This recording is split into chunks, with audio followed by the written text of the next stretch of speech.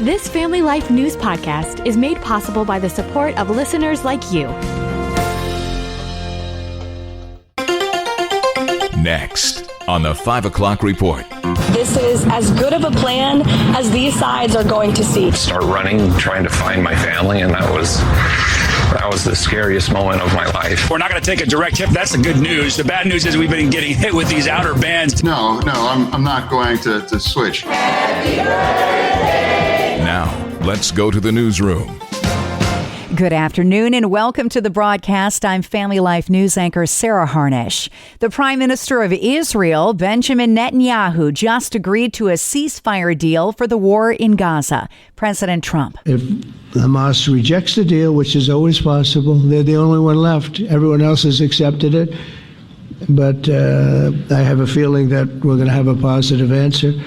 But if not, as you know, Bibi, you'd have our full backing to do what you would have to do. CBS's Christopher Cruz has details. The 21-point plan calls for the release of all remaining 48 hostages in Gaza, both alive and dead, within 48 hours of the deal's signing, in exchange for a gradual withdrawal of Israeli forces. Press Secretary Caroline Leavitt. The president knows and believes that this is as good of a plan as these sides are going to see. And that's why it's 21 points. It's very detailed. It's comprehensive. Now to Michigan. Police have wrapped up a press conference giving details on what happened after a gunman killed 4 people in a Mormon church, then set the building on fire. 8 more were injured. He drove his vehicle through the front doors of the church. He then exited his vehicle, firing several rounds at individuals within the church. Paul Kirby was inside with his family and encountered the shooter. I open up the door and start running, trying to find my family, and that was the scariest moment of my life. It's not knowing my family was okay.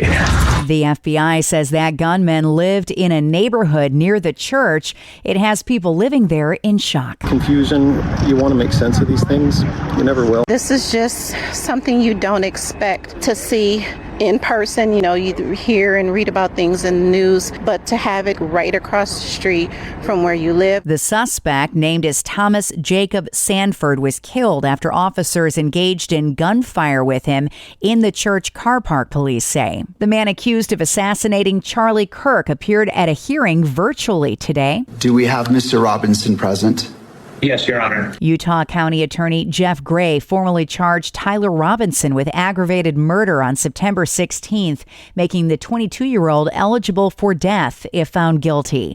A partial government shutdown will begin early Wednesday morning unless Democrats and Republicans make some concessions. President Trump is set to meet with top congressional leaders on both sides at this hour with hopes of striking a deal. University of Buffalo Dr. Jacob Nieheisel says a government shutdown has far-reaching consequences depending on how long it lasts. It's becoming more and more likely that a shutdown is going to happen. People are going to end up being somewhat surprised at exactly how much the federal government does, and that's going to be very apparent when it's not there in its full capacity. Many not-for-profits will feel the pinch as well, including the Service Collaborative. That's a Buffalo-based workforce development group. Executive Director Kate Serrata. It's not just the programming. It's really the lives of the staff at the organization. It's the lives of the participants in our programs. 200 Oregon National Guard troops have been deployed to Portland. Portland residents aren't too happy about it. Oregon Democratic Governor Tina Kotek. There is no insurrection. There is no threat to national security. And there is no need for military troops in our major city. President Trump's inconceivable insistence that we need federal troops in Portland does not address the real concerns in our community. The state has filed a lawsuit challenging the Trump administration's decision to send military forces into the city to fight crime. Donald Trump says the same process in Washington, D.C. has been wildly successful. And there's a sigh of relief rustling through the South nearly a year to the date after Hurricane Helene. This after Tropical Storm Imelda, brushing past the Bahamas at this hour, will not make a U.S. landfall. landfall. CBS's Rob Marciano is in Jupiter, Florida. We're not going to take a direct hit from that. That's the good news. The bad news is we've been getting hit with these outer bands, and it is strengthening. We've got rip currents, we've got heavy surf, and from this point all the way up to Daytona Beach, there are wind alerts up for this entire day through the overnight period, so we could see some power outages as well. Georgia and the Carolinas could see heavy wind and some rain from the system, but not the 10-plus inches that could have hit had twin hurricane Humberto not pulled Imelda out to sea. Still to come on the 5 o'clock report, John Fetterman says he's going to stay a Democrat, a lawsuit for that tour bus company behind the thruway crash, and a swatting incident at a Christian college in western Pennsylvania. Those stories after weather. I'm Kevin Williams, and here is your Family Life regional weather forecast. For tonight, clear in western New York and northwest Pennsylvania. Clear to partly cloudy for others, partly to mostly cloudy in central and eastern Pennsylvania. Low temps around 50 tomorrow. Some high clouds early, east of I-81, especially eastern Pennsylvania. But otherwise, sunshine tomorrow, sunshine Wednesday with a cooling trend. High tomorrow 70s, the high Wednesday in the 60s. Thank you, Kevin. Checking the stories making news where you live across New York and Pennsylvania. An interesting interview with Pennsylvania Senator John Fetterman on Sunday. Despite some pretty vocal views that don't line up with Democrats, Fetterman told Fox News he has no plans to switch parties. No, I'm not going to switch, but I'm just going to be an independent voice in the Democratic Party. Fetterman telling Fox's Maria Bartiromo he doesn't align with name calling and won't participate in it, even if it's coming from his own party. To me, that's part of the problem in our party. And if you want a Democrat that's going to call people Nazis or fascists or all these kinds of things, well, I'm not going to be that guy. A lawsuit has been filed against the tour bus company and the driver responsible for last month's deadly crash on the thruway. Some of the survivors filing together claim the company was negligent in its hiring and training of the driver. The bus was traveling from Niagara Falls to New York City when it crashed August 22nd, killing 5 people and injuring dozens. A scare at a Syracuse City Hall turned out to be much ado about nothing. That story from Family Life's Mark Webster. Yeah, Syracuse City Hall was evacuated around noon today after someone spotted what appeared to be a suspicious package taped to a tree near the building. However, an investigation determined that the package was placed there by the State Department of Transportation, a listening device measuring ambient sound levels as part of the I-81 reconstruction project. Syracuse Mayor Ben Walsh says the devices are normally mounted on utility poles. Now, the city's looking into whether anyone from the state DOT notified the city about the device mounted in a tree outside of City Hall. Mark Webster, Family Life News. A false report of a gunman has shaken a Christian college in western Pennsylvania. Police swarmed Grove City College Sunday afternoon after a call to police reported an armed individual near the campus library. The building was evacuated and students were told to shelter in place while authorities searched the premises. No threat was found. The incident is being investigated as a computer-generated swatting call. And the first ever inflation refund checks are being mailed out to New York State residents. Governor Kathy Hochul says the extra cash will help families shoulder everyday expenses. I'm keenly sensitive and empathetic to what families are going through, because sometimes it just seems like everything's stacked against you. 8.2 million households will be getting the checks, which can be as much as $400 each. You're not getting ahead. What are you doing wrong? You got the job you thought would make a difference, or the degree you thought would make a difference. You work hard. And the bills keep piling up. The first batch of checks were mailed out last week, and deliveries are slated to continue through November with no action required from eligible residents.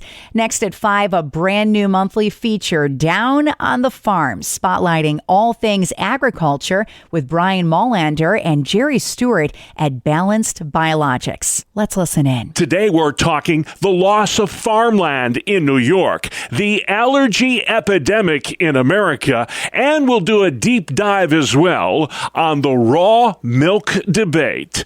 So let's strap in and take a listen to our first edition of Down on the Farm. New York farmland is disappearing at an astonishing rate. Where is all the farmland gone?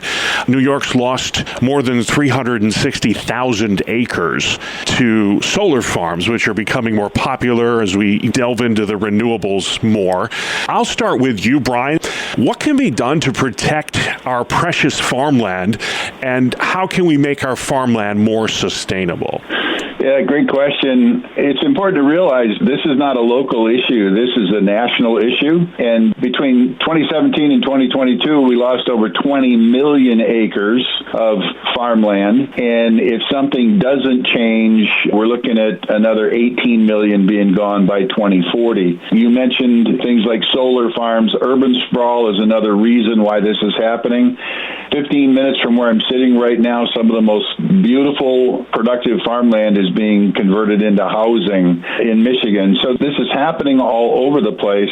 I think one of the key reasons is some of the farmers are just saying, well, my farm's not productive enough, it's not profitable enough, therefore I need to sell out to these other folks. I know Jerry's had some real personal experience with that, so yeah. I'm sure he's got some thoughts there as well. Yeah, I think a lot of people don't understand, if you don't have farmland, you don't have food. It still comes from the farm. Last I checked, a lot of it doesn't. That's the topic for another day.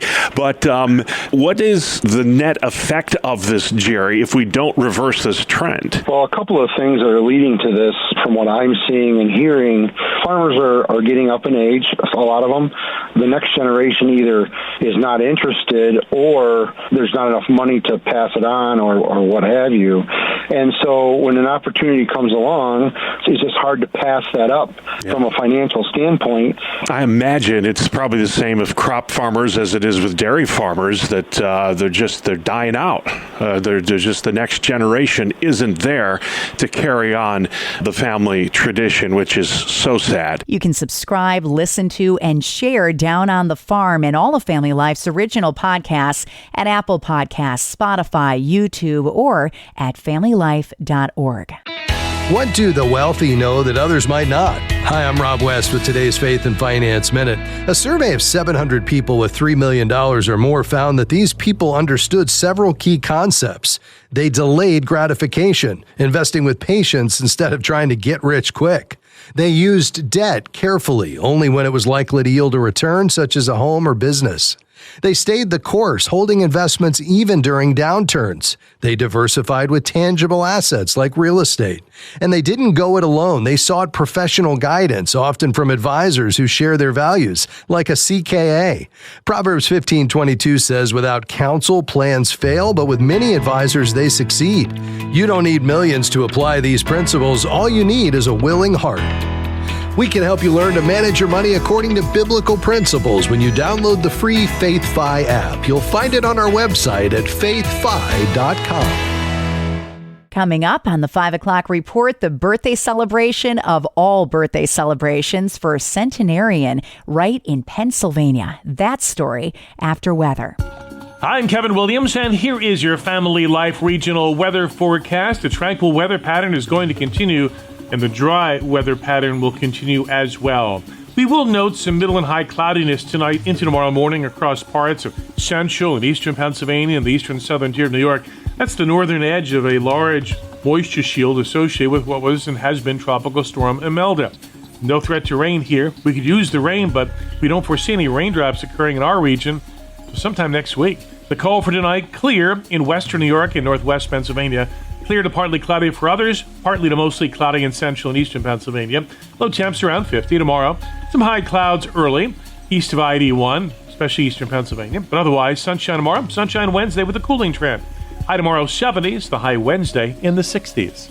All right, Kevin, finally at 5, the oldest woman in North America lives in Pennsylvania, and she just celebrated her 115th birthday this past weekend. Happy birthday! Naomi Whitehead was surrounded by generations of her family in Greenville, Pennsylvania. That is northeast of Grove City on the Ohio border. She has lived through 2 world wars, seen the birth of the civil rights movement and cell phones. She was born with horses and buggies and saw a man on the moon. Shamur Talbert is Naomi's great-great-granddaughter. It almost made me cry, to be honest, just talking to her about how she grew up, how she moved from south to north. The Pennsylvania House of Representatives issued a proclamation recognizing Naomi as the oldest living person in North America. Her great-grandkids collectively say there's one staple that's given her a long life, and that is Jesus Christ. When I think of her, I think of legacy, honor, faith. God, faith, family, hard work. She was always a good girl. She doesn't drink, she doesn't smoke, and she believes in God. She believes in God. And that is the world that we live in for Monday, the 29th of September. I'm Sarah Harnish, and this is the 5 o'clock report on Family Life. Thank you for listening to this Family Life News podcast. If you've been encouraged by what you've heard, please share it with others and click the subscribe button to automatically receive future episodes. Family Life is a listener-supported ministry. Podcasts like this are made possible by your financial partnership.